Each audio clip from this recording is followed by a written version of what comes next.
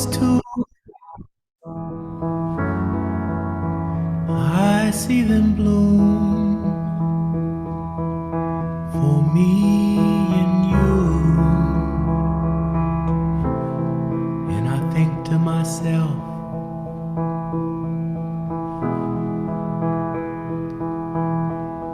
what a wonderful world.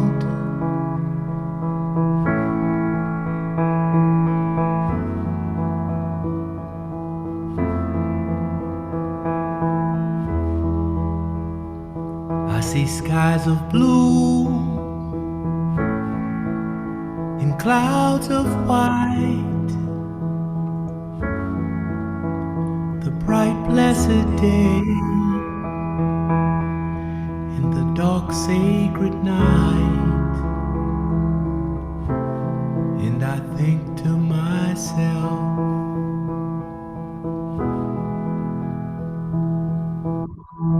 what a wonderful world.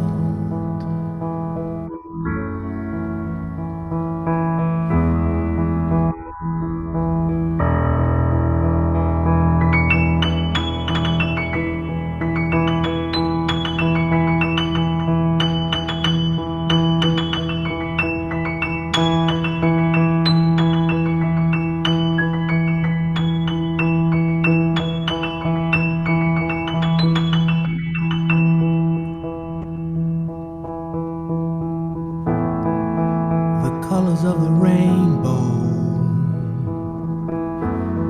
so pretty in the sky, and also are the faces of all the people going by. I see friends shaking hands, saying, how do you do? They're really saying, I love you.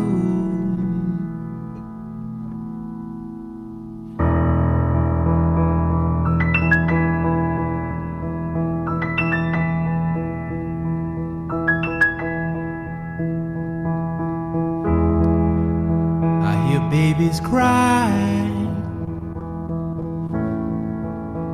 I watch them grow. They'll know much more than I'll ever know. And I think to myself,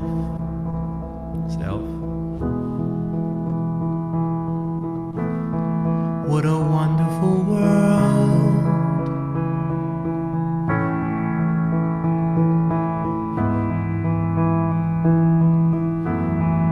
What a wonderful world.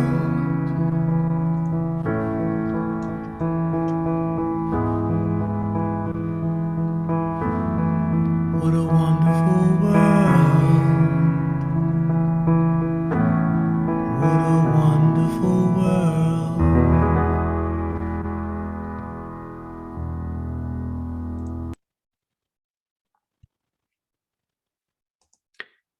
Good evening, everybody. I am wondering if we should get rolling. We've had a few minutes to let people wander their way in. For those who are wondering, that was John Baptiste playing It's a Wonderful World. So just a nice chill. It's one of my favorite things these days is to play his music. So why don't we get rolling, and if more folks join us, they can join in as we move along. So I am Michael Munson, and I'm here today with three other Forge staff. So Caleb Weinhardt and Laurie Cook-Daniels on the back end, and Shelley Gregory as well. So we're going to have an hour of time that is mostly, I don't know, maybe a mix of interaction and kind of me sharing some things and Laurie sharing some things. So why don't we get started? And let me know if anybody cannot see my screen. I trust that somebody will let me know if you do not see right now the agenda that's up. So what we are going to do tonight is we're going to just do a little bit of welcome and housekeeping. We will talk a little bit about what self-care is, just kind of define what self-care is, and if traditional models of self-care actually work for our community or individuals within our community. We will then look at what is key to your self-care. So we'll have some interaction around what it means to you and what's important to you. And then we'll make some kind of budget friendly suggestions and give some really practical examples. And then we'll go home and come back in a couple of weeks. So that's our agenda for the night.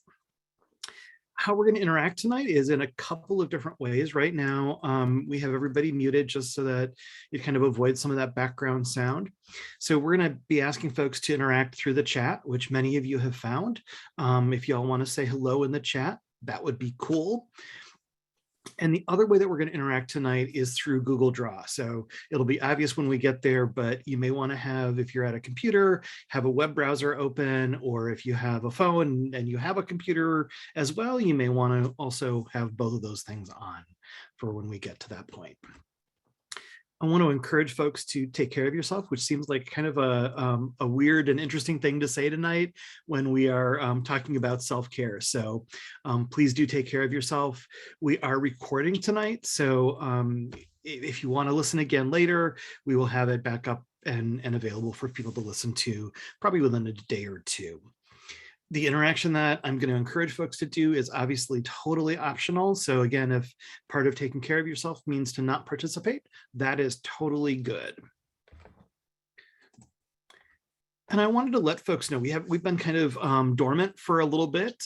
We could blame it on COVID, we could blame it on a lot of things, but we haven't done a lot of programming for the community. So we have thought about what we want to do, what the community would like us to do. And so we are going to try a little something different for the next year. So we're going to have basically 6 groups of themes. So a 2-month theme, and then a 2-month theme, and then a 2-month theme. And we'll meet every other week. So there'll be 4 sessions in each of those themed topics. And 3 of those sessions will be kind of skills-based or information-based or a guest speaker. And then the 4th of the events will be experiential. Tonight's going to be kind of a hybrid of both. So for November and December, we are going to have the overarching theme of self-care and spirituality. So tonight we're talking about self-care on a budget. In 2 weeks, we're going to talk about, or actually kind of experience, mindfulness and mindfulness exercises. 2 weeks after that, we'll have movement and mental health. So how movement at any level of ability can change and shift and improve our mental health. And then we'll have a very interactive, fun time of a scavenger hunt right before the winter holidays.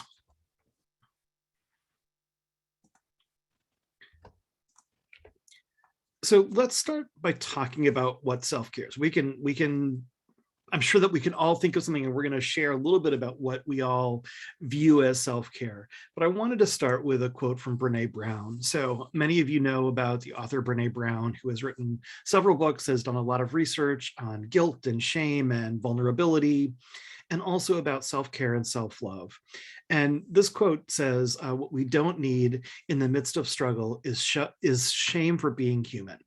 So when we talk about self-care, I think a lot of what we're talking about is really about being human and taking care of our human needs, which can be about sleep or food or rest or any number of things that we're going to generate tonight. So if we can take a minute, I would love folks to find the chat and think of some other phrases that come to mind when you hear the word or phrase self-care. So somebody says self-care, what are some other phrases that come to your mind about that?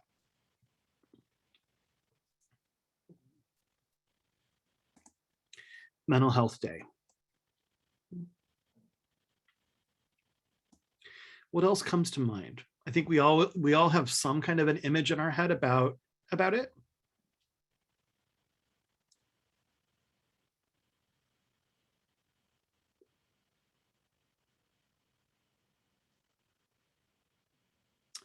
To recharge. Mm-hmm. What are some other ideas around phrases that are synonyms or might mean the same thing, or what it means to you? Radical self-acceptance. Yeah.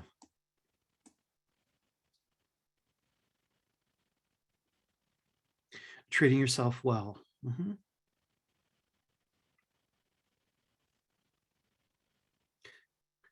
Pacing at a speed that I'm comfortable with. Exactly. What are some other thoughts?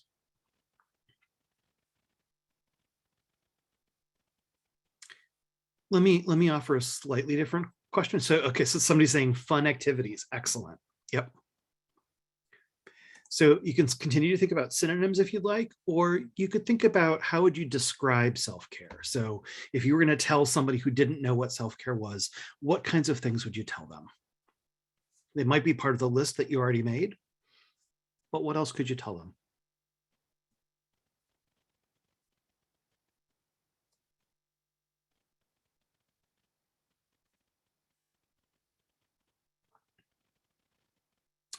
So activities that fill me up.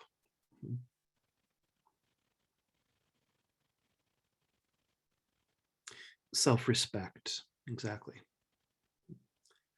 Being compassionate with yourself. Activities that recharge you. Yeah.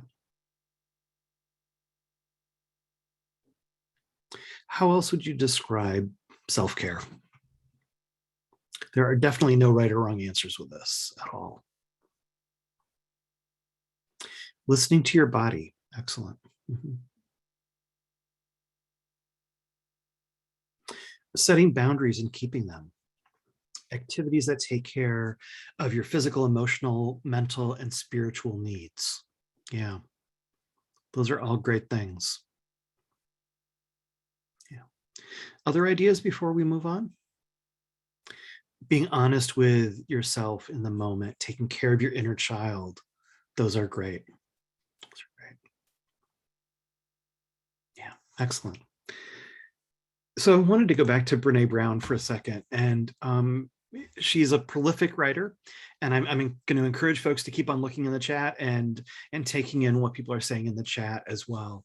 So Brene Brown is this, really prolific writer and thinker, and she has posted lots of different things about self-care and self-love, and I think sometimes those two things kind of go together. When we can love ourselves, we sometimes take better care of ourselves. And the 10 rules that she highlights are some really basic things like you are enough, exactly as you are, exactly how you are. That you can share your whole story and your whole heart. And obviously that might be with certain people, not with everybody. A third thing that she offers is to engage with the world. And again, when we're looking at self-care, that might be engaging more with the world sometimes or less with the world sometimes. The fourth thing that she says is vulnerability is a birthplace of love. So again, kind of thinking about when we're vulnerable, does that allow us to receive more love at other time than other times? Number five is to get vulnerable. And again, some of these we're going to weigh against what feels safe in the moment and what might be ultimately in our best wholeness and best interest. Number six is letting go of your armor. Again, when is it time to do that? When is it not? Number seven is to speak to yourself the way that you would speak to someone that you love. And I think that's one of the core things that a lot of us forget to do sometimes. Number eight is to let go of perfectionism. So whatever we think in our mind is perfect, what if we let go of that and again, accept ourselves and go back to number one, that we are enough. Number nine is about being grateful, and that can be about being grateful for what's within us as well as what's outside of us.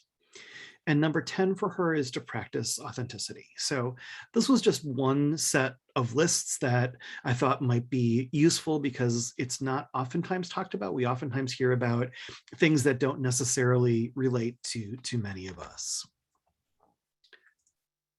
So let's talk a little bit about the places that traditional models may not work.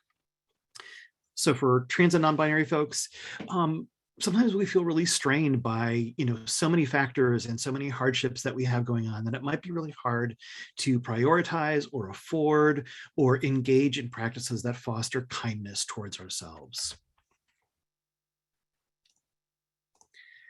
And I wanted to share another quote from Audre Lorde, who many of you know as just this really wonderful author and thinker and movement builder. And she said, this is a long time ago, she said, I've come to believe that caring for myself is not self-indulgent. Caring for myself is an act of survival. And I think when I mentioned that, maybe things are different for trans folks or for queer folks, this quote kind of gets to the heart of it, right? That for many of us, we are operating in a survival mode. And so when we think about self-care, how do we differentiate our survival mode into saying, well, can I still care for myself in ways, even when I'm really struggling to be able to pay bills, to be able to feed myself, all of those basic things. So one of the things that I think is really fascinating is that when I started to look for images for this, as well as when I've done other pieces on self-care, when we look for things that are about self-care, a lot of times we will see things that are really woman-centered, cisgender woman-centered. We see a lot of things that are in pinks and pastels in color. We see things that are about painting toenails and being in bubble baths, and a lot of things that are traditionally linked to femininity or femaleness. Absolutely nothing wrong with those things, but that doesn't speak to the fullness of who trans folks are, who men are, who people of other genders other than cisgender women are. So again, when we think about self-care, are we inundated with those thoughts that kind of take over our brains and don't allow us to think about, well, what is self-care to me? We also can think about this lack of traditional model around economics. So a lot of us know that trans folks are sometimes operating in places of poverty and lower wage jobs. And those jobs may not have paid days off of work. So we can't go and get a massage because we can't afford it, first of all, and we don't have any time to take off of work. We might have lack of privacy at work. So like on the screen right now is a person that's, not even in a cubicle, but is just in a massive row of desks where this person doesn't have a place to put a picture of their spouse up or put anything around them that's loving or caring for them. Like I mentioned, not everybody can afford a massage. Not everybody wants to have a massage, but like those are the traditional things that we think of when we think about self-care. So what can people afford or not afford that will help them feel cared for, tended to, feel better about their life and their body and their emotions. And a lot of times too, when we look at folks in economics, many times people are spending a lot of time commuting to and from work or to and from school. So again, that time that other people may have to engage in self-care activities, we might be spent on the bus or riding our bikes or getting to and from places. The structure of our lives might be different too. So again, this is not just about trans folks, but it can be about trans and non-binary folks that, more of us might have roommates or shared living environments. And that might mean that we don't have our own kitchen that we can do whatever we want in to make a special dinner for ourselves. We may not have access to the TV that we want to watch a specific movie on because we share that TV with our roommates. We might have literally like a lack of privacy. So there might be one bathroom. So if you want to go take a hot shower, you may not be able to if you've got multiple people sharing that space. And I was laughing that I think that a lot of people that are sharing living environments oftentimes have no bathtub. There's just a shower. So when people talk about having a bubble bath, well, that might be a little bit difficult if you don't have a bath. So here's where the Google part is going to come in and where you all can participate in this. So I'd like you to think about what are key elements of your self-care. And so Caleb just put into the chat a link, and we're gonna all go to that link if we can. And I'd like you to drag items over about what self-care means to you. So I'm gonna stop sharing my screen and I'm gonna reshare the Google screen. And I'd like you all to contribute to what elements are there for you about self-care.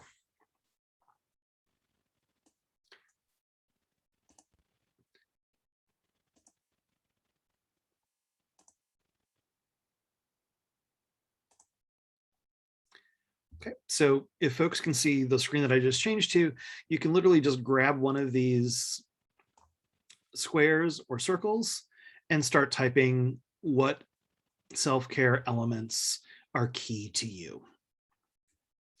And we'll take, 3 or 4 minutes for folks to think about it and enter good things. You can adjust the size of the squares or the rectangles. You can add lines, as I'm seeing people do. Excellent.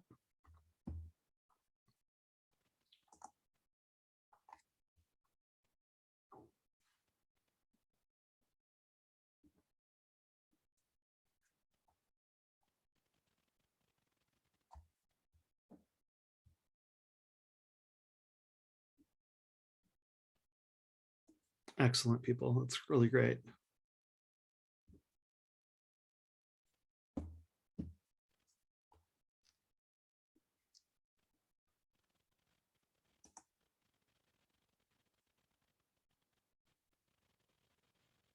So again, think about what are some of the elements that you value around self-care. So what things might contribute, if you had a list of things of like, these things are really central to my self-care, what would they be?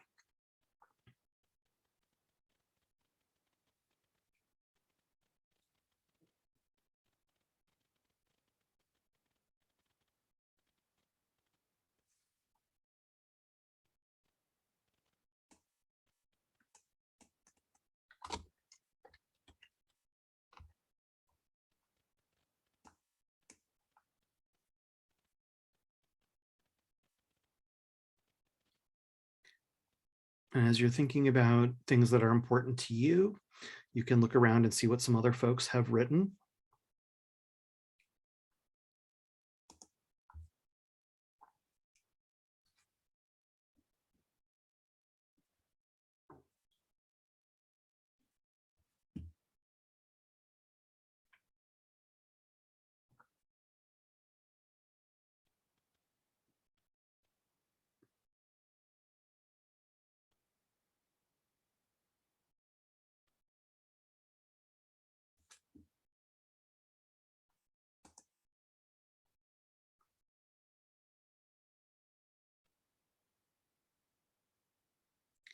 Let's take about another minute for people to just kind of soak in, look around and see what other people have written. What are some of the key elements to your self-care?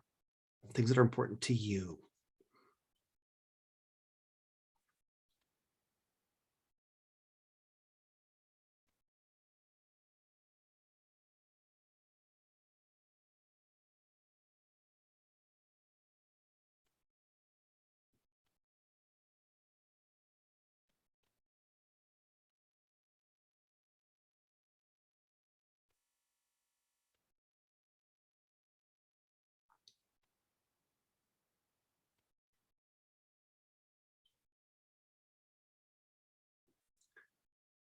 All right, I'm going to shift us back to the PowerPoint. Y'all can stay in this space if you'd like. We're going to come back to this a little bit later. So Caleb's going to do some magic. We're going to go back to the PowerPoint, and then we're going to come back to this Google document a little bit later in the hour.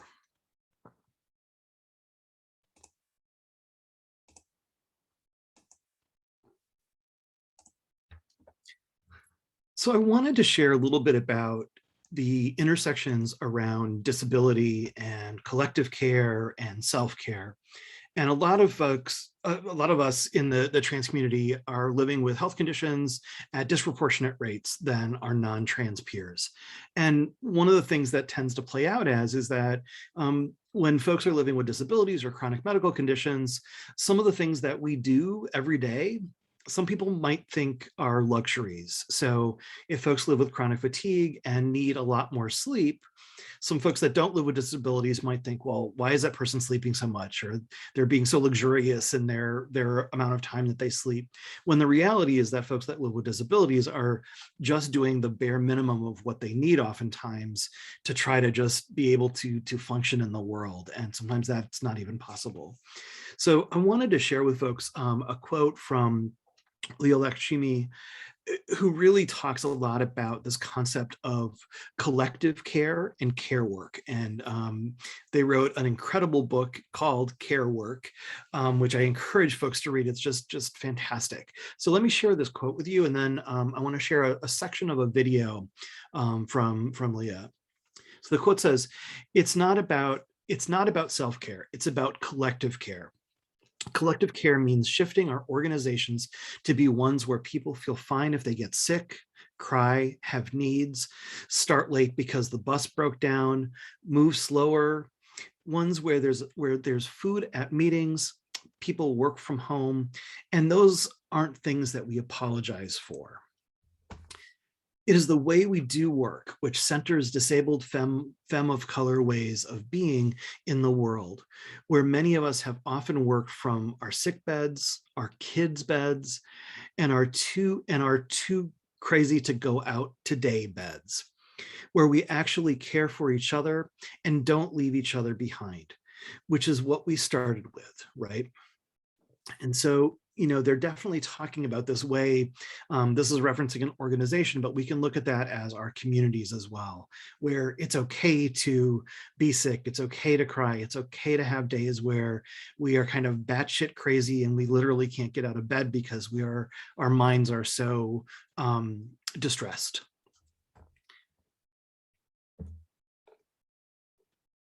So I wanted to play a little short clip of this video.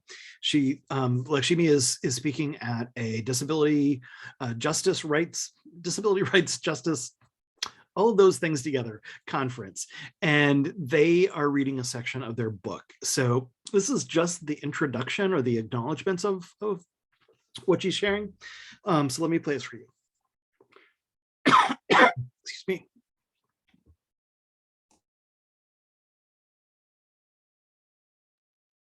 And then I love the short space that we have, and it's also short, but I wanted to make room for us to be able to talk with each other, because I never take for granted our ability to be together as sick, disabled, mad, deaf, and neurodivergent people, centering Black and brown folks and queer and trans folks. So should I just do it? I'm gonna talk and then we talk? Okay, great. So I wanted to start by actually reading something from the acknowledgements. This book was written in the matrix of many sick and disabled femme of color care webs in unceded and occupied Toronto dish with one spoon territories, also known as Toronto, Ohlone territories in Oakland, California, and my current home in South Seattle on Duwamish land, as well as on a lot of planes, trains, and megabuses with aching hips. No matter where I was paying rent, these pieces. And then I love the short space that we have, and it's also short, but I wanted to make room for us to be able to talk with each other, because I never take for granted our ability to be together as sick, disabled, mad, deaf, and neurodivergent people, centering Black and brown folks and queer and trans folks. So should I just do it? I'm gonna talk and then we talk? Okay, great. So I wanted to start by actually reading something from the acknowledgements. This book was written in the matrix of many sick and disabled femme of color care webs in unceded and occupied Toronto dish with one spoon territories, also known as Toronto, Ohlone territories in Oakland, California, and my current home in South Seattle on Duwamish land, as well as on a lot of planes, trains, and megabuses with aching hips. No matter where I was paying rent, these pieces were mostly written in the majestic, disabled, revolutionary writing space of writing from my bed in old sleep pants. Thank you to this decolonial, queer, disabled bed space of wild, disabled femme of color dreams. This book is also emphatically not the product of a single smart and special person's brain. This was made through many community conversations, organizing efforts, arguments, fuck-ups, terrible challenges, and crazy, brilliant ideas and leaps of faith. These ideas are crafted by collective disabled genius, science, and labor. I am not the one right kind of cripple, the kind that is convenient enough to nod at and ignore all the rest. I am all the rest. We are all the rest. When people ask where disability justice is, I say that it is in the unspoken and unacknowledged labor of everybody who listens, including via ASL and text and gesture and augmented communication. by people who check in, create care teams and crisis teams, make soup and feed each other, help lift heavy things, share cars and rides, fix the ramp when it breaks, fundraise to buy accessible vans, caption videos, create accessible venue lists, do access audits, sniff people at the door, turn the lights down, create ASL vlogs and fundraising for good interpretation, co-create fragrance-free products for Black and brown hair and skin, haul the air purifier and the accessible toilet sheet to the show, make art and pass the last $20 and handing over 2 effectsers to each other.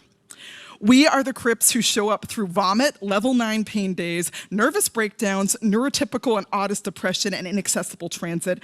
And whenever anyone asks where they can find the movement, my answer is, it is here. It is here wherever we figure out how not to abandon ourselves and each other. So I'll pause there. That's the first bit. Thanks.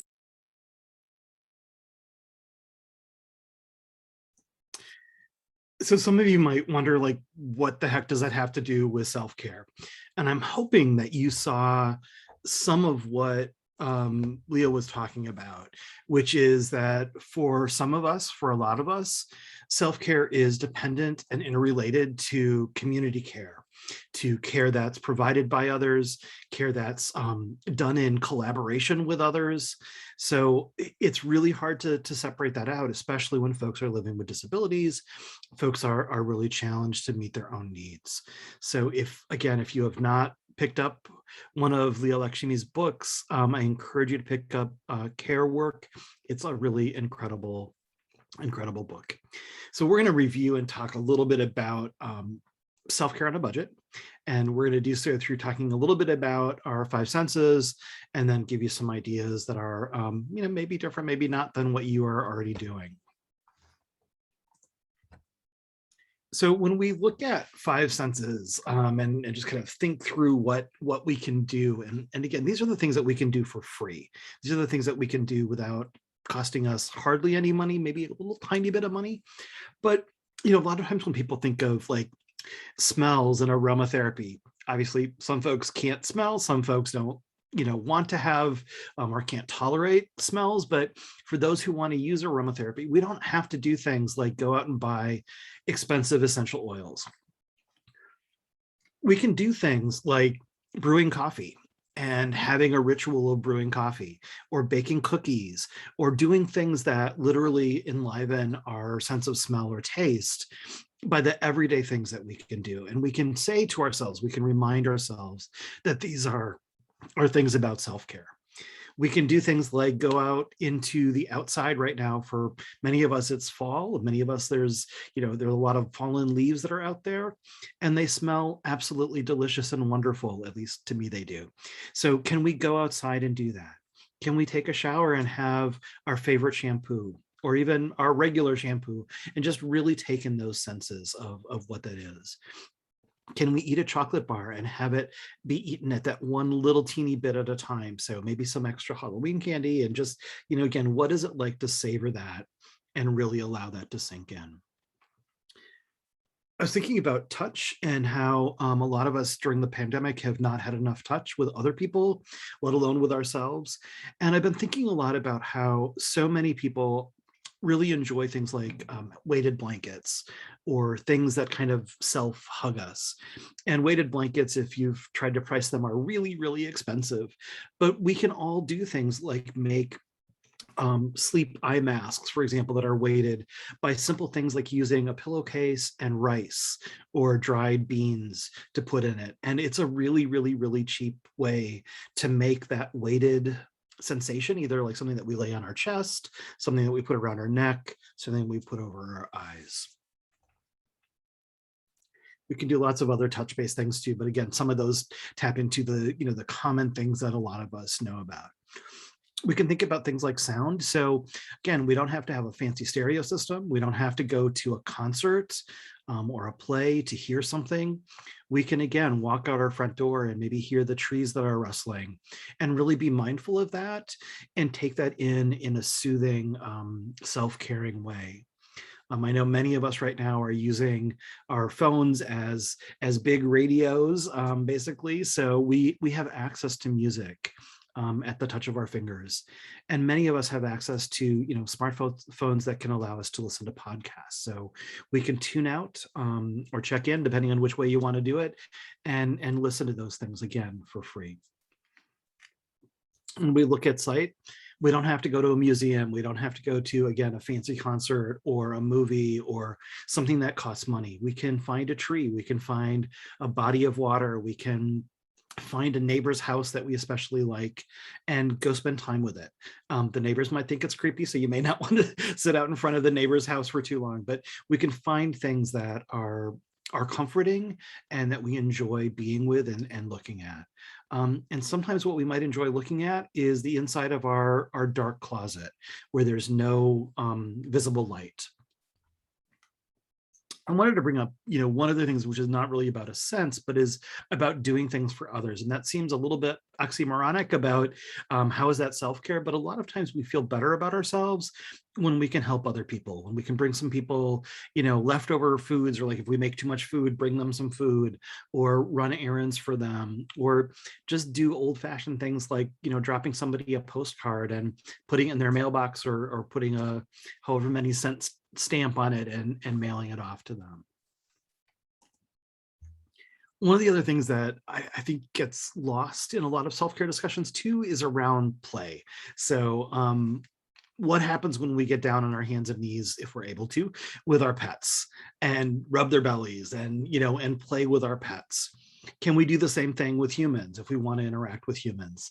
What about if we put stickers on the back of our phones or on our notepads? What are the things that we can do that are playful, that when we look at them, make us feel a certain way, make us feel calmer, happier, whatever the emotion is that you would like to stimulate more of? And that might be doing about something like, coloring with, bright colored Sharpies, or whatever it is that you feel is playful. I encourage folks to do that. Again, there's so many things right now that we can all do, like applying filters to photos, or one of the things that I was thinking about the other night is that for Halloween, sometimes, people want to do like the little hand puppets and the flashlights. Well, what if people did that over Zoom and shared that with somebody else? So self-care doesn't necessarily have to be solo care or alone care. So Caleb, I'm wondering if you were able to magically adjust that map. It was a bit challenging, but I think we'll see how it turns out. Would you like me to share my screen, or you want to share yours? If you don't mind sharing, that might be a little simpler. Let me just grab our map again. So we're going to go back to the same map that you all created. And Caleb, do you want to share what you did to it? So yeah, this was a little difficult because people had great ideas that didn't really fall into categories easily, but I was bolding ideas that are free or low cost. And so some of them I wasn't sure because people may have meant them in different ways. I may not know what exactly people meant, but a lot of these I think are free or low cost. So that's kind of what I was trying to do there. Excellent, thank you. And this was different. So I love the fact that folks put in things that were not the typical, not the massage, bubble bath, manicure, all of these things that are like spa days. We don't need to do spa days to be able to take care of ourselves, to be able to do the things that nurture us. So thank you, Caleb, for doing the hard job, but thank everybody who added to this for being really creative and adding things that were not traditional. So way cool. Thank you. All right. So I'm going to get really good at the sharing back and forth of screens. All right. So we wanted to share 3 simple additional examples, and these are really, really simple, and they're kind of personal. So Laurie's going to share one example, I'll share another, and then I'll share one that we've posted on our blog a while back. Laurie, would you like me to share the photo first, or would you like to? Yeah, I'm still trying to make sure that I can get this working. So okay. For those of you that are familiar with me, this is pushing my limits in terms of my technology. So what you see here is by my desk. And it took me a number of years to save enough money for the big picture that's framed. And so when I got that, I was really excited because I worked so hard for it. And then Trump happened, and I needed more support. So I started putting things on my wall that are cut out of newspapers, or they're printed out on a color printer or whatever. And they're just different kinds of things. Some of the things that are up there, you'll see a couple things with yellow, and they're up there because of the color. There's a couple green things that are up there because of the color. There's several pictures of President Obama with infants, just because the smile on his face when he was with a child really made me feel good. There's some stuff up there that's quotes that I like. So the point is that you can do all kinds of things. As you can tell, mine don't have a particular theme, except that they make me smile. That's the baseline. Thank you, Michael. Excellent, great. And you can see that Laurie, I think you can probably see that Laurie lives a lot at her desk. So she gets to look at this all the time, which is really kind of fantastic. So, it's literally kind of like making a cocoon around her that she can see the things that bring her joy or make her smile, just like she said. So, so that's one example of things that people can do really easily and at pretty low cost. Obviously, if you don't have a color printer, it makes it a little bit difficult. If you don't subscribe to magazines, but a lot of times you can get magazines when you look at people's recycling bins or whatever. So there's lots of ways to do that. And if folks don't want to put it on a wall or don't have the space to, this is the obvious thing. I mean, a lot of us right now have phones that we make photo albums of. But I know that if I just go starting to look through photos, if they're not in an album, I'm going to see things that I don't want to see. So, there are ways that we can obviously do things that we can kind of section off the things that make us feel good. So let me share with you one of the things that I do, and it's going to sound a little bit self-serving, a little bit something, but self-care is about what we do for ourselves. So I live at my desk a lot, and I get a lot of email in the work that I do and through some personal correspondence. And I use Outlook these days, and I tag or categorize almost all of my emails. And several years ago, I got in the habit of adding a tag or a category of praise. And that's not necessarily the best word, but they were emails that came in that either somebody complimented something related to me or related to something else, said something really nice that made me feel good. And so if I'm feeling really down, or if I really need to feel that kind of connection to myself and a sense of well-being, I will filter my emails and look for the ones that have that category of praise. So I can look for them. I can, if they're multiply tagged, some of them are tagged with personal, some of them are tagged with a specific project, but it really makes me feel good. Kind of like Laurie, I can just go and look at them and it's ready to be there as whenever I want it. So that's another example that may be of interest to folks. Again, totally free. A third one that we wanted to share with you is it's something that we shared on a blog 3 or 4 years ago. And the initial concept was to create a creativity calendar. And so one of the things that I'd like to pose for us is, what if you made a self-care calendar? And this is not to add pressure to anybody, like, oh, it's on the calendar, so then I have to do it.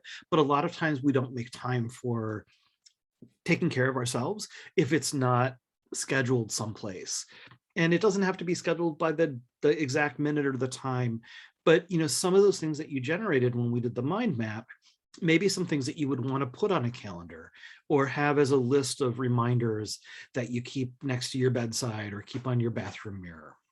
So again, just another idea of how to bring self-care into a way that you can prioritize or think about it more.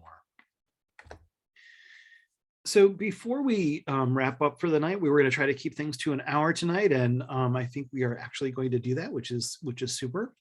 I would love to hear folks' ideas in the chat, if that's a good place for folks, about did any ideas come up for you tonight when you were thinking about things, when we talked about things that you hadn't thought about before, or things that you can do at no or low cost that you hadn't considered before tonight? So if folks want to share in the chat, that's cool. And maybe nothing. Okay, so email tags.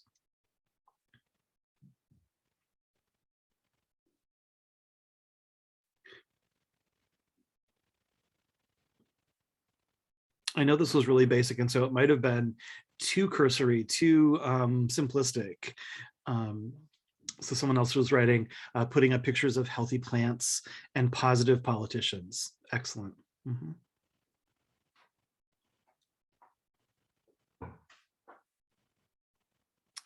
Other things that you were tapped, making my own weighted items. Silence is free, and that's a good reminder. Yeah, the person that wrote about the weighted items, my partner recently got a buckwheat pillow, and it's very comforting, like to lay with it on top of you. And I started thinking about well, what can we do? And there's so many do-it-yourself ways to create that weight of wherever we want to have that weight around us. Yeah. What other ideas came up? Smells can be found for free. Exactly. Yeah. And even if people are into the aromatherapy types of smells, we can find a lot of those in nature too. So there's not much mint growing very much in the Midwest anymore, but mint can be found out in nature, and you can grab it and smell it, and it can be very, very engaging. Yeah. Thank you all for sharing some of your thoughts in the chat. Let me share with you a couple of events that are coming up, and then we can all go and engage in self-care or not self-care or dinner or whatever it is that we have for the rest of the evening. So I wanted to remind folks about a Q&A webinar that's happening tomorrow. Forge is hosting it, but it's by the folks at Georgia State University who are running this study called the Passion Project. It's a study that's basically looking at intimate relationships when one or more person in that relationship use alcohol, drink casually or drink more than casually. It's a really cool project. We're involved tangentially in it. So if you want to learn more about it and how you can get involved with it, it's a paid project. So folks that are looking for extra money, this might be something that may apply to you if you meet the very minimal requirements. And like I mentioned at the beginning, we're going to be doing some programming that is thematic. So the next 3 programs are going to be on mindfulness, on movement for mental health, and then a scavenger hunt at the end of December. So those are the 3 that are coming up, and we will post through our social media channels as well as through newsletters about when and how you can sign up for those things. And just a reminder for where people can find us on social media. If you are not already connected to us, we would love to be connected with you all. It's where we'll share these events and other things that might be of interest to you. So thank you for coming out tonight and having a short time with us to talk about and think about self-care. And I really hope that folks consider what's important to you all, and find some time to take care of yourself and to be kind to yourself. Looking forward to seeing people in a couple of weeks. Good night, everybody.